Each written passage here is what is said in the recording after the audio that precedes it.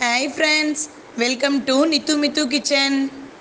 Friends, இன்றைக்கி கோதுமை உப்புமா தான் எப்படி செய்கிறதுன்னு பார்க்க போகிறோம்.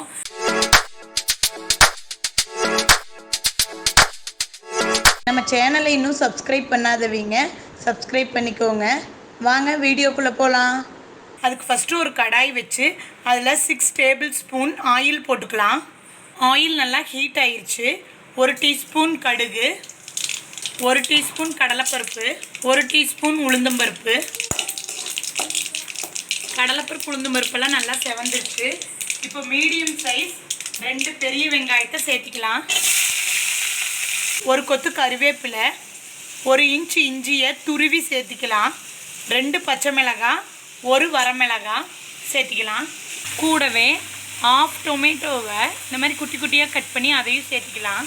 கூடவே 3/4 டீஸ்பூன் உப்பு சேர்த்திக்கலாம்.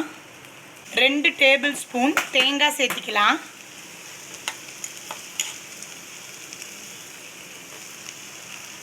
ஒரு 1 மினிட் நல்லா ஃப்ரை பண்ணி விட்டுக்கலாம்.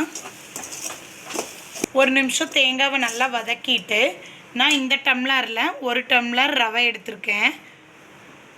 இது வந்து 200 கிராம்ஸ். அதை இப்போ சேர்த்திக்கலாம். ரவையை சேர்த்திட்டு சிம்மில் வச்சு ஒரு 1 மினிட் நல்லா ரவையை வந்து வறுத்து விடலாம். இப்போ ஒரு 1 மினிட் நல்லா ரவையை வறுத்தாச்சு. இதில் 3 டம்ளர் தண்ணி ஊற்றலாம். எந்த டம்ளரில் நம்ம அளக்கிறோமோ ரவையை அதே டம்ளரில் 3 டம்ளர் தண்ணி சேர்த்திக்கலாம்.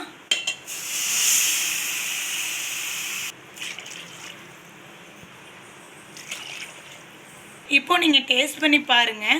சால்ட்டு பத்தலைன்னா கொஞ்சம் சேர்த்திக்கோங்க. இப்போது நம்ம ஊற்றின தண்ணியெல்லாம் நல்லா உரிய ஆரம்பிச்சிருச்சு. ரவை இந்த பதத்தில் இருக்கும்போது நம்ம வந்து அடுப்பை சிம் பண்ணிவிட்டு ஒரு மூடி போட்டு மூடி வச்சிடலாம்.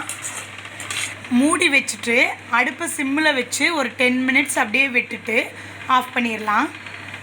இப்போது தண்ணி நல்லா உறிஞ்சிருச்சு. நம்மளோட கோதுமை உப்புமா ரெடி. இந்த வீடியோ உங்களுக்கு பிடிச்சிருந்ததுன்னா நித்து மித்து கிச்சனுக்கு லைக் கொடுங்க, ஷேர் பண்ணுங்கள், சப்ஸ்கிரைப் பண்ணுங்கள். தேங்க்யூ.